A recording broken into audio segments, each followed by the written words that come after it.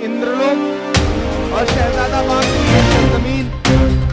अब थोड़ी देर नारे लगाना बंद कर दीजिए। मैं 5-7 मिनट आपसे थोड़ी देर मुखातिब रहना चाहता हूं। हाँ, सब कर देंगे, आप परेशान न। आपने लंबी तकरीर सुनी है, मैं कोशिश करूंगा कि थोड़ी देर आपके साथ खड़ा रह सकूं। चरागों के सफर में दबदबा हो आंधियों का, चरागों के सफर में दबदबा हो आंधियों का, तो फिर अंजाम जुल्मत के सिवा कुछ भी नहीं होगा। ये दुनिया नफरतों के आखिरी स्टेज पर है, इलाज इसका मोहब्बत के सिवा कुछ नहीं होगा। मेरी आंखों के सामने खड़ी है, तमाम बुजुर्ग यहाँ बैठे हैं। बहुत दिन तो सोचता था कि कभी आपके बीच में आऊंगा और आपसे मुलाकात करूंगा, लेकिन मौका भी मिला है तो एक चुनावी मौके पे आपके बीच में आया हूं और भाई अनिल भारद्वाज जी की आवाज पर आपके बीच हाजिर हुआ। मैं आपके संघर्ष को सलाम करता हूं कि आप पिछले 3 घंटे से मोहब्बत के उस मसीहा का इंतजार करते रहे जिसका नाम राहुल गांधी है। अरे कहना क्या चाहते हो? मैं उनका सिपाही बनकर के आपके बीच में आया हूं और आपसे यह कहना चाहता हूं कि 5 तारीख को आपको अपने घरों से बाहर निकलना है। न सिर्फ सदर बाजार के मुस्तकबिल का फैसला करना है, बल्कि दिल्ली के भी मुस्तकबिल का फैसला करना है। अच्छा, ठीक है। यह लड़ाई बहुत बड़ी लड़ाई है। यह लड़ाई अगर आपको लगता है कि सिर्फ चुनावी लड़ाई है तो आप गलतफहमी के शिकार हैं। एक तरफ वो ताकतें खड़ी हैं जो नफरत के साथ खड़ी हैं और एक तरफ वो ताकतें हैं जो मोहब्बत के साथ खड़ी हैं। ये इंद्रलोक है। मैंने देखा है, मैंने वो विजुअल देखे हैं कि यही आपके सामने इबादत करते हुए एक इंसान के पैर पर किस तरह से लात मारी गई थी। ये बड़ी अच्छी बात कही आप। ये वो सरजमीन है कि जहां पिछले 15 साल से सदर बाजार के लोग, शहजादा बाग के लोग, इंद्रलोक के लोग कब्रिस्तान मांगते रहे, लेकिन कब्रिस्तान के नाम का वादा करके आपसे वोट तो लिया गया, लेकिन केजरीवाल कभी यहां झांकने नहीं आए। वो कब्रिस्तान आज भी इंतजार कर रही है। ऐसे में मैं आप सबसे कहना चाहता हूं मेरे भाई कि एक तरफ नफरत खड़ी है, एक तरफ झूठे लोग खड़े हैं, एक तरफ नरेंद्र मोदी खड़े हैं और उनका छोटा रिचार्ज खड़ा है। नहीं।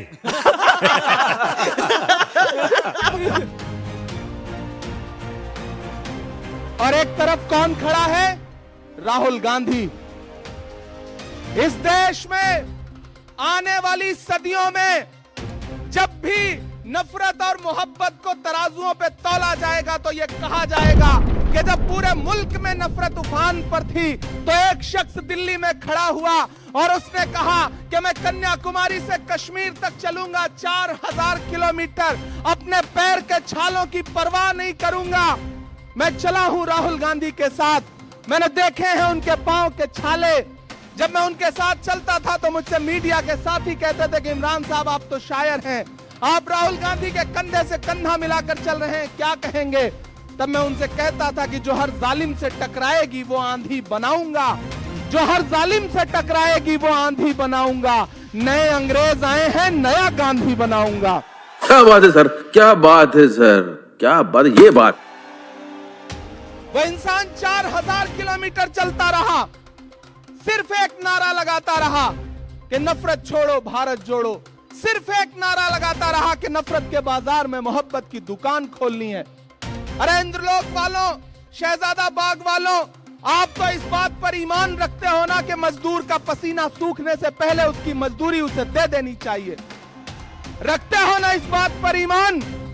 मैं रखता हूं इस बात पर ईमान कि मजदूर का पसीना सूखने से पहले उसकी मजदूरी उसे दे देनी चाहिए। मुझे बताएं, आज शहजादा बाग के लोग मुझे बताएं, इंद्रलोक के लोग मुझे बताएं और खास तौर से मेरे अपने समाज के लोग मुझे बताएं कि जब यहां पर नमाज पढ़ते हुए इंसान को लात मारी जा रही थी, जब वहां संभल में लाशें बिछाई जा रही थी, जब हाथरस में एक दलित बिटिया का बलात्कार हो रहा था, जब मणिपुर में माएं बेटियां बिना कपड़ों के परेड कराई जा रही थी, तो निकला था कोई केजरीवाल कुछ बोलने के लिए? निकला था कोई केजरीवाल? निकले कोई नरेंद्र मोदी कुछ बोलने के लिए? नहीं निकले ना। कौन निकला? संभल में कौन खड़ा था? हाथरस में कौन खड़ा था? मणिपुर में कौन खड़ा था? कन्याकुमारी में कौन खड़ा था? कश्मीर में कौन खड़ा था? जब दिल्ली जल रही थी तो कौन खड़ा था? अगर आपके हर मुद्दे पर राहुल गांधी खड़ा है तो फिर वोट अगर किसी बहुरूपिये को देंगे तो ये आप अपने जमीर के साथ नाइंसाफी करोगे। मैं अनिल भारद्वाज जी के लिए आपसे आज अपील करने आया हूं और आपसे यह कहने आया हूं कि याद करो 2013 की दिल्ली, याद करो 2014 की दिल्ली, जब एक नाटक शुरू किया गया था यहां पर और आरएसएस के लोग, भाजपा के लोग पीछे से उस नाटक की पैरवी कर रहे थे। सारा स्पॉन्सरशिप आरएसएस कर रही थी और जब सरकार बन गई, राजनीति में आ गए तो आज सब गायब हैं। मैं तो पूरे देश में जाके शेर पढ़ता हूं कि भारत मां की आंख के तारे कहां गए, भारत मां की आंख के तारे कहां गए, आरएसएस के राज दुलारे कहां गए, अच्छे दिनों की तरह उन्हें भी खोज रहा कोई, बताए अन्ना हजारे कहां गए? सब गायब हो गए और ये बहरूपी अपने शीश महलों में घरों के अंदर दुबक के बैठ गए। केजरीवाल जी आएंगे आपके बीच में प्रचार करने तो उनसे पूछना कि जब दिल्ली जल रही थी तब क्यों नहीं आए हमारे बीच में, आज सुरक्षा लेकर के हमारे बीच में आ रहे हो। केजरीवाल की खांसी बंद हो गई, पूरी दिल्ली को खांसी आने लगी। इसलिए मैं आपसे कहना चाहता हूं साथियों कि अनिल भाई आपके बहुत शानदार प्रत्याशी हैं, राहुल गांधी जी ने इन पर भरोसा किया है। मैंने आपसे कहा ना कि आप तो इस बात पर ईमान रखते हो कि मजदूर का पसीना सूखने से पहले उसकी मजदूरी उसे देनी चाहिए। मैं चला हूं राहुल गांधी के साथ कन्याकुमारी से कश्मीर तक, मैंने उनके पांव के छाले देखे हैं।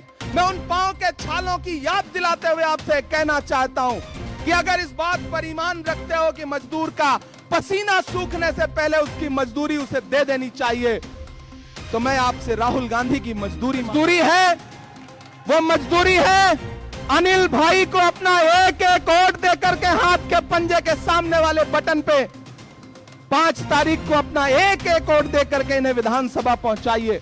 आपका दिया गया एक एक वोट सिर्फ अनिल भारद्वाज को नहीं मिलेगा, मोहब्बत के उस मसीहा को मिलेगा जिसका नाम राहुल गांधी है। आपका दिया गया एक एक वोट सिर्फ अनिल भारद्वाज को नहीं मिलेगा, इस देश में डॉक्टर बाबा साहब अंबेडकर के संविधान के सबसे बड़े अगुआ मल्लिकार्जुन खड़गे जी को मिलेगा। आपका अनिल भारद्वाज को दिया गया एक एक वोट सिर्फ इनको नहीं मिलेगा, इस देश में महिलाओं की सबसे बड़ी आवाज प्रियंका गांधी जी को मिलेगा। आपका दिया गया एक एक वोट सिर्फ अनिल भारद्वाज को नहीं मिलेगा, इमरान प्रतापगढ़ी पे आपका एहसान होगा। यह कहने के लिए आपके बीच में आया हूं और आपसे गुजारिश करता हूं कि इस बड़ी लड़ाई में आपको चुनना पड़ेगा। और अकलियत के लोगों, खास तौर से मेरी एक बात सुनना और जाना, तो रात को जब सोने लगना अपने तन्हा कमरों में, तो याद करना कि एक 35-36 साल का लड़का आया था, एक बात कह करके गया। आप पिछले 3 बार से केजरीवाल को वोट देते आ रहे हो, लेकिन जब जब आपको जरूरत पड़ी केजरीवाल कहीं नजर नहीं आए। क्यों? क्योंकि उनको पता है कि आप थोक के भाव वोट दे दोगे।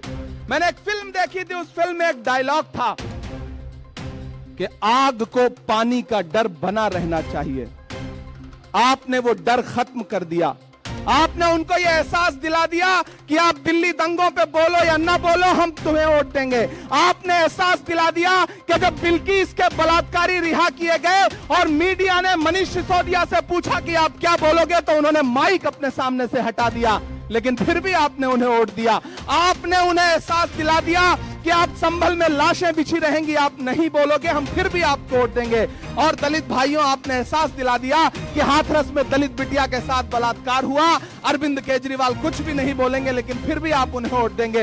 ये भ्रम तोड़िए, उन्हें एहसास दिलाइए कि आग को पानी का डर बना रहना चाहिए। वो डर जो खत्म हुआ है उसे 5 फरवरी को फिर से पैदा करिए।